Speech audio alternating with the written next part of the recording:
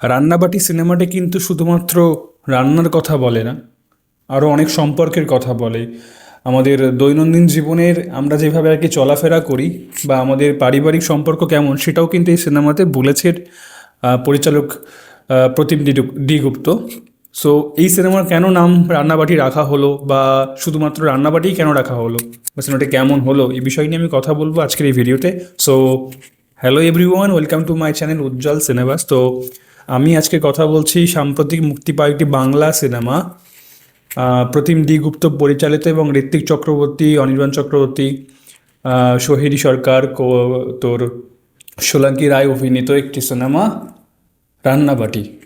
তো রান্নাবাটির এই সিনেমাটির রান টাইম হচ্ছে 2 ঘন্টা 2 মিনিট প্রায়, এবং এটা জনার হচ্ছে একদম এটা জনার হচ্ছে ফ্যামিলি ড্রামা, একদম পিওর ফ্যামিলি ড্রামা বা হিউম্যানিস্টিক বলতে পারি বা পিওর ফ্যামিলি ড্রামা বলতে পারি, বিকজ এটা ছোট থেকে বড় পরিবারের প্রত্যেকে কিন্তু এই সিনেমাটি দেখতে পারে, সেরকমভাবেই কিন্তু বানানো এই সিনেমাটি। সো এইবার আসি এই সিনেমাটি কেমন লাগলো। দেখো, এই কদিন আগেই আমরা একটা সিনেমা দেখেছিলাম, তোর কৌশিক সেন এবং কোয়েল অভিনীত স্বার্থপর সিনেমা। তো সেখানে ওই সিনেমাটি আর কি জাস্ট দারুণ হয়েছে, মানে ড্রামা যদি বলি যে ড্রামার উপরে বেস করে বানানো সিনেমা, তো স্বার্থপর কিন্তু খুব ভালো সিনেমা। এবং তারপরেই কিন্তু আমার আরেকটি সিনেমা মোটামুটি ভালো লাগলো, সেটা হচ্ছে রান্নাবাটি। বিকজ আমরা না বর্তমানে 2025-এ প্রায় 26-এ ঢুকছি আমরা, তো আমরা না বর্তমানে এসে এরকম মানে মাস জনারের সিনেমা বা যে মেন স্ট্রিম সিনেমা যেগুলো, আমরা মোটামুটি সিনেমার মধ্যে একটু অ্যাকশন, একটু রোম্যান্টিক সিন, তারপরে গান, এরকম অনেক কিছু এখন আমরা দেখে আস্তে আস্তে বড় হচ্ছি। তো সেই জায়গা থেকে না কোথায় একটা গিয়ে আমাদের ড্রামা ছবিটা, মানে পার্টিকুলার ফ্যামিলি ড্রামা বা মেন স্ট্রিম ড্রামা যেগুলো, সেই ড্রামার যে পার্টিকুলার যেখানে এরকম নিউডিটি, ভালগারিটি বা অ্যাকশন, হিউজ জনারের মারপিট বা ওরকম রোম্যান্টিক সিন বা এটা একটা লার্জ অ্যান্ড দ্য লাইফ কিছু থাকবে না, জাস্ট সিম্পল স্টোরি টেলিং থাকবে এবং সেটাকে একটা ড্রামার মানে ফ্যামিলি ড্রামা যেগুলো বলা হয়, সেই সিনেমাগুলো দেখা না কোথায় একটা গিয়ে কমে গিয়েছে। মানে এটা সব দেখি, মানে এটা বোঝা যায় যে ওটা কমে গেছে। কিন্তু বাংলাতে আবার নতুন করে কিন্তু এই বিষয়টা কিন্তু পরপর পরপর পর দেখলাম ভালো ভালো ভালো আর কি সিনেমা আসছে, যেগুলো ফ্যামিলি ড্রামা, ফ্যামিলি নিয়ে গিয়ে দেখার মতো সিনেমা। সো রান্নাবাটি সিনেমাটিতে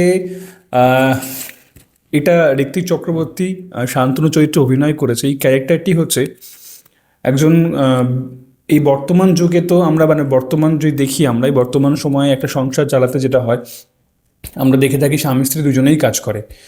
তো সেইখানে দাঁড়িয়ে যদি স্ত্রী ঘর সামলায়, তো বাইরে স্বামী পুরোটা সামলে নেয়। তো সেইখানে ঋত্বিক চক্রবর্তী অ্যাজ আ শান্তনু যে চরিত্রটা এখানে অভিনয় করেছে, এবং তার স্ত্রী চরিত্রে অভিনয় করেছে সোলাঙ্কি, সেই ঘরে দেখভাল করে এবং এই দুজনের একটি মেয়ে আছে। ঋত্বিক অর্থাৎ শান্তনু এখানে ব্যস্ত থাকে তার অফিসিয়াল কাজের মধ্যে বা যেখানে সে কাজ করে, সে বিভিন্ন সময় বাইরে থাকে এবং ইতিমধ্যে এই মানে ব্যস্ততার মধ্যে সে ফ্যামিলিকে টাইম দিতে পারে না। এমন একটা সময় যেটা হয়, সে মানে ঋত্বিকের স্ত্রী মানে শান্তনুর স্ত্রী সোলাঙ্কি মারা যায় এবং তাদের একটি মেয়ে আছে। তো সেই মেয়েটি তখন খুব বড় নয়, ছোট মোটামুটি। তো তারপরে যখন মেয়েটি একটা জায়গায় মানে যখন মারা যায়, সেই ছোট থেকে যখন সে মাকে পেয়েছে, মা চলে যাওয়ার পরে সে বড্ড একা হয়ে যায় এবং মায়ের সঙ্গে যে সম্পর্কটা, যে মায়ের সঙ্গে যে আদান প্রদান বা মায়ের সঙ্গে যে রিলেশন হয় একটা মেয়ের, সেটা কিন্তু এই সিনেমা মানে সেটা কিন্তু এই সিনেমা ঠিকঠাক তুলে ধরতে পেরেছে। বিকজ আমরা না মানে মায়ের সঙ্গে অনেকটা ফ্রাঙ্কলি হয়ে যায়। মানে বাবা তো থাকে না বেসিক্যালি সবসময় কাছে, যে কাজের জন্য সবসময় আর কি ফ্যামিলির বাইরে থাকে বা ব্যস্ত থাকে, সেইখানে কিন্তু মায়ের সঙ্গে একটা বন্ধুত্ব সম্পর্ক চলে আসে। সেটা এই সিনেমা খুব মানে একদম সিম্পল স্টোরি দেখিয়েছে যে তারপরে যখন মা মারা যায় তখন বাবার সঙ্গে কিন্তু মেয়ের একটা দূরত্ব তৈরি হয়, বিকজ সবসময় সে বাবাকে পায়নি, বাবাকে বলার মতো সে সময় পায় না বা তাদের মধ্যে ওই কানেকশন তৈরি হয়নি। এইবার আসে এখানে মেন প্লট, সেটা হচ্ছে যে মেয়েটা একটা সময় তার বিভিন্ন রকমের মানে মানসিক স্থিতি খারাপ হতে থাকে। তো সেরকম জায়গা থেকে দেখতে গেলে তখন আর কি শান্তনু চেষ্টা করেছে যে মেয়ের সঙ্গে বন্ডিং ঠিক রাখতে, বা চেষ্টা করছে যে বন্ডিংটা ঠিক রাখার জন্য, যাতে যে সে বন্ধুসুলভ মানে মেয়ে বন্ধু হিসাবে বা বাবাকে সব কিছু বলে, তার সমস্যা কী বা তার এই যে আপসেট সেটা কাটানোর জন্য সে চেষ্টা করছে। সে পারে না, বিভিন্নভাবে শান্তনু চেষ্টা করছে কিন্তু পারছে না। একটা সার্টেন টাইম দেখা যাচ্ছে মেয়ে যে চরিত্রে অভিনয় মানে মেয়ে মোহর, এই মোহরের মা অর্থাৎ শান্তনুর স্ত্রী একটি ডায়েরি লিখতো তো সেখানে মেয়ে কী খেতে ভালোবাসতো বা কোন ডিশ তার পছন্দ হতো, এবং সে জানতো, মানে শান্তনু জানে যে মেয়ে তার মায়ের সঙ্গে অর্ধেক সময় রান্নাঘরে কাটাতো। তো সেই জায়গা থেকে দেখতে গেলে তার মায়ের একটি খাতা বা ডায়েরি পায় যেখানে বিভিন্ন রান্নার রেসিপি লেখা থাকে এবং তার মেয়ের পছন্দের ডিশ লেখা আছে।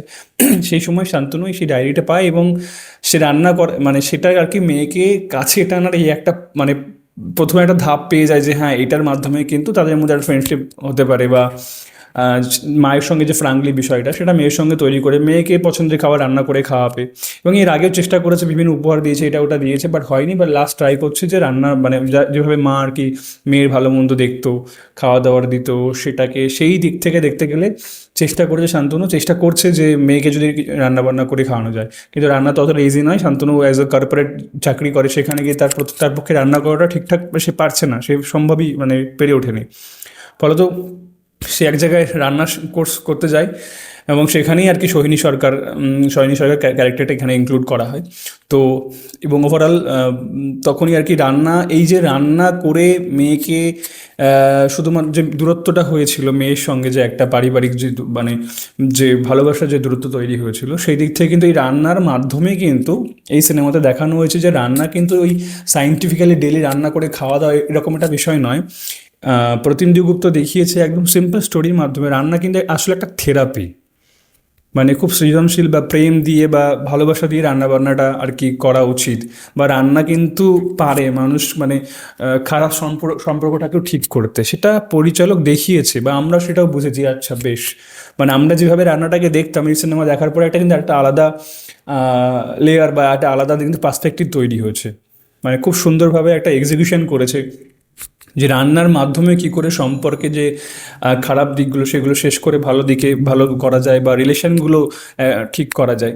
সেই জন্য কোথাও একটা গিয়ে এই সিনেমাটা যেহেতু রান্নার ওপরে, রান্নাকে একটা থেরাপি হিসেবে ব্যবহার করে পুরো সিনেমাটা বানানো হয়েছে, তো রান্নাবাটি নামটার সঙ্গে সিনেমাটির নাম যথাযথ, মানে পরিচালক ঠিকই দিয়েছে। আর এই সিনেমাতে ফ্যামিলি ড্রামা হলেও এই সিনেমাতে কিন্তু বেশ কিছু জায়গায় কমেডি খুব হাসিয়েছে, মানে খুব ভালো কাজ, মানে কিছু কিছু জায়গায় কমেডি খুব ভালো এবং ইমোশনাল সিন তোমাকে মানে একাধারে তুমি হাসবে এবং কাঁদবে দুটোই, মানে ইমোশনাল সিন প্লাস কমেডি দুটোই কিন্তু ভালো কাজ করেছে। অনির্বাণ চক্রবর্তী আর ঋত্বিক দুজনেই কিন্তু খুব ভালো হাসিয়েছে, এদিকে আবার ইমোশনালি কিন্তু টাচ করেছে মানে অ্যাজ এ অডিয়েন্সকে।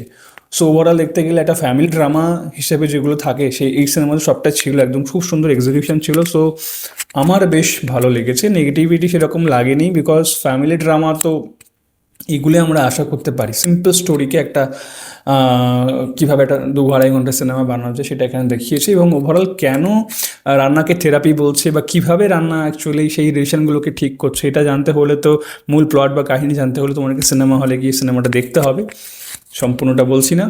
তো ওভারঅল মোটামুটি সিনেমাটা আমার দিক থেকে 8/10 দেবো, বিকজ আমার ভালো লেগেছে, খুব নেগেটিভলি সেরকম দেখিনি। কিছু কিছু জায়গায় সামান্য একটু লেন্থ বেড়েছে, তাও কম্প্যাক্ট 2 ঘন্টা 2 মিনিট সিনেমা।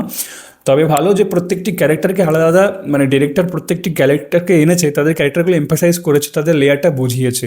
অনির্বাণ চক্রবর্তীর একটা আলাদা লেয়ারকে দেখানো হয়েছে, ঋত্বিকের একটা আলাদা সেই একজন পারিবারিক ব্যস্ত মানুষের বাবার যে জনারটা, সেটা একজন মায়ের যে কী কাজ বা মাকে কীভাবে আমরা দেখি বর্তমান সমাজে, সেটাও কিন্তু দেখিয়েছে। তো সোহিনী সরকারও একটা আলাদা জীবনগাথা আছে, এবং সেই দিক থেকে দেখতে গেলে প্রত্যেকের ক্যারেক্টারকে ডেভেলপমেন্ট করতে করতে গেছে। এবং এটা ডেভেলপমেন্ট করাটার কারণ হচ্ছে যে এটা চ্যাপ্টার 1, হয়তো চ্যাপ্টার 2 আসবে পরে, তো পার্ট 1 এটা দেখানো হয়েছে। ওভারঅল পুরো সিনেমাটা আমার ঠিক